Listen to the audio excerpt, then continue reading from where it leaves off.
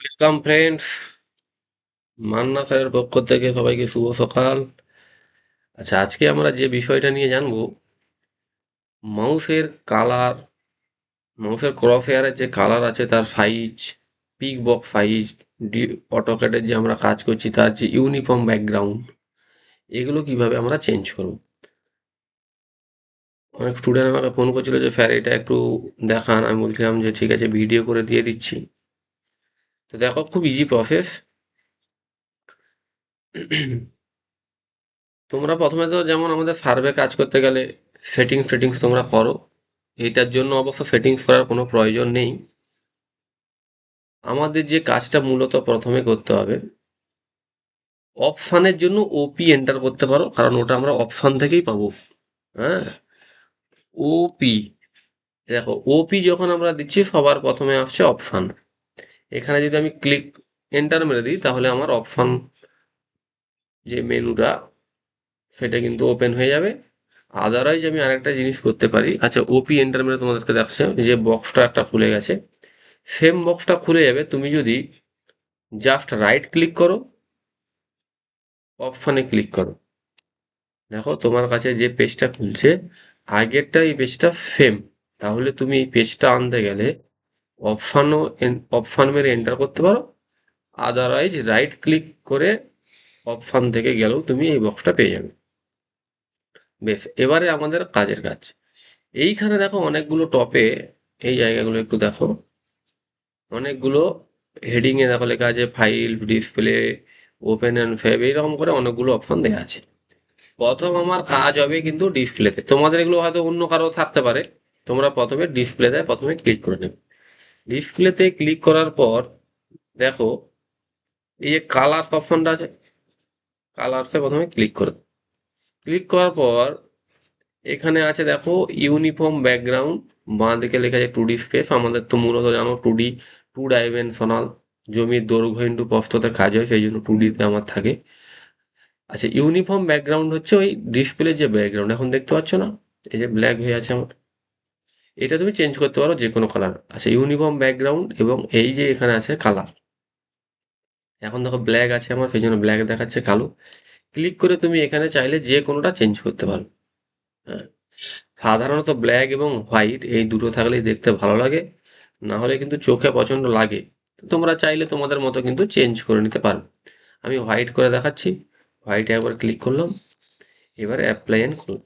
যা করলাম দেখো অলরেডি, দেখো সাদা হয়ে গেছে, দেখতে পাচ্ছ। তাহলে তোমরা সাদা এবং কালো যেটা খুশি করতে পারবে, আরো অন্য কালারও করা যায়।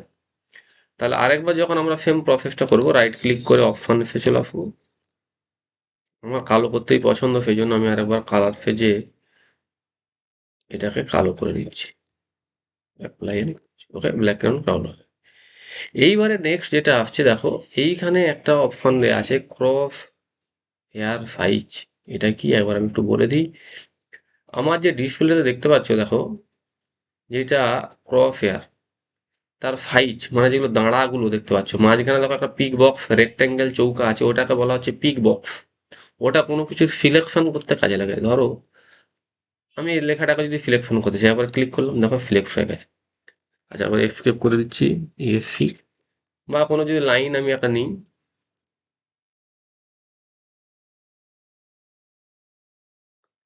তাহলে ধরো এটা যদি আবার একটু বড় থাকে পিক বক্সটা, তাহলে এই সুবিধাটা কি হবে, দেখো আমি এই এখানে যে ক্লিক করলেই হয়ে যাচ্ছে। যদি পিক বক্সটা ছোট থাকে তাহলে কিন্তু আমাকে নিখুঁতভাবে ওখানে যে ক্লিক করলে তবেই কিন্তু হবে। এটা পিক বক্সের কথা বললাম। ক্রস হেয়ারের কোনগুলো, এই দাঁড়াগুলো, এইগুলো দাঁড়া, এই দাঁড়াগুলো হচ্ছে ক্রস হেয়ারের সাইজ বাড়বে বা কম। এবং কালারটা যদি হয়, আমার দেখুন ইয়েলো কালার আছে, তুমি চাইলে এই কালারটাও কিন্তু চেঞ্জ করতে পারবে। সেম প্রসেস, অপশানে আমাদেরকে যেতে হবে, তার জন্য অপশান লিখতে পারো অথবা রাইট ক্লিক করে অপশান, যেটা খুশি। এইখানে তোমাকে চলে আসতে হবে এই যে ক্রস হেয়ার সাইজ, সাইজটাকে আমি ধরো একদম বাড়িয়ে দিলাম, অ্যাপ্লাই, ওকে করো। নিজেরাই বুঝতে পারছো দেখো ক্রস হেয়ারটা কত বড় হয়ে গেছে, দাঁড়াগুলো সাইজটা বেড়ে গেছে অনেক। রাইট ক্লিক করলাম, আবার অপশানে গেলাম, ক্রস সাইজটা প্রথম যদি একদম জিরো করে দাও তাহলে শুধু চৌকা বক্সটা হবে, কারণ কোনো তো তুমি ক্রস হেয়ারের সাইজ তো কিছু দাওনি, সেই জন্য ক্রস হেয়ারের সাইজ কিছু আসছে নি, শুধু পিক বক্সটা আসছে। রাইট ক্লিক করলাম, অপশনসে গেলাম। এবারে যে কাজটা আমাদের করতে হবে, আমি একটু বাড়িয়ে নিচ্ছি। হ্যাঁ, এইখানে ক্রসহেয়ারের এবার আমি সাইজটা তোমাদেরকে বাড়া কমা দেখিয়ে দিলাম। এবার কালারটা, কালারের জন্য এই কালার ফেজ যাবে সেম জায়গাতে, ডিসপ্লেতে থেকে কালার ফে, তখন আমরা দেখো ইউনিফর্ম ব্যাকগ্রাউন্ডে গেছিলাম, এখন আমরা ক্রসহেয়ারে চলে আসবো। ক্রসহেয়ারে ক্লিক করলাম, আমার দেখো ইয়েলো আছে, সেই জন্য ইয়েলো, ইয়েলোতে ক্লিক করে ধরো আমি এখানে গোলাপি করে দিলাম, অ্যাপ্লাই এন্ড ক্লোজ, অ্যাপ্লাই, ওকে, দেখো গোলাপি হয়ে গেছে। ওকে, এইভাবে তোমরা যে কোনো কালার করে নিতে পারবে। রাইট ক্লিক, অপশন, আরেকবার দেখিয়ে দিচ্ছি, কালার, ক্রসহেয়ারে ক্লিক, এখান থেকে যদি তুমি চাইছো সবুজ করতে সবুজ, অ্যাপ্লাই এন্ড ক্লোজ, অ্যাপ্লাই, সবুজ হয়ে গেছে। এইটা গেল ক্রসহেয়ারের সাইজ এবং কালার দুটো আমি দেখিয়ে দিলাম, ইউনিফর্ম ব্যাকগ্রাউন্ডটা দেখিয়ে দিলাম। বাকি রইল কি pick box, right click, option, এইবারে দেখো আমরা তখন ডিসপ্লেতে ছিলাম, চলে আসবো সিলেকশনে।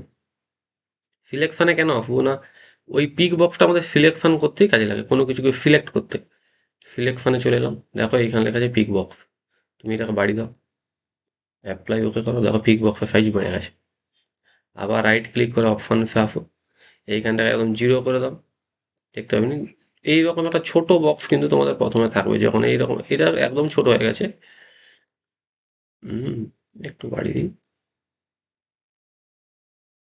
এইরকম ছোট কিন্তু তোমাদের থাকবে প্রথমে, একদম যখন অটোক্যাডটা প্রথম চালু করবে, তখন কিন্তু একদম পিক বক্সের সাইজ ছোট থাকে, বাড়িয়ে নিতে হবে। যদি না বাড়াও, দেখো এইটা যদি আমি সিলেকশন করতে চাই, আমাকে এই পিক বক্সটাকে অনেক রকম করে জুম করে করে জুম করে করে একদম এই সামনে খেঁচে এইরকম করে সিলেকশন করতে হবে। তাহলে কি হবে, অনেকটা সময় লাগবে। তাহলে পিক বক্সের সাইজটা একটু যদি বড় থাকে, আমাদের কাজ করতে সুবিধা। সেই জন্য একবার রাইট ক্লিক, অপশন, এই পিক বক্সের সাইজটাকে তোমরা এইভাবে টেনে একটু বাড়িয়ে দাও, যে অ্যাপ্লাই, ওকে, ব্যাস পিক বক্সের সাইজটা একটু বেড়ে গেল। এইভাবে তোমরা যে কোনো ক্রসহেয়ারের size, pick box, colour, display যে ইউনিফর্ম ব্যাকগ্রাউন্ড যেটা দেখতে পাচ্ছ, সেটা কিন্তু তোমরা চেঞ্জ করতে পারবে খুব সহজেই। ওকে, ঠিক আছে, আজকে আপাতত এতটাই।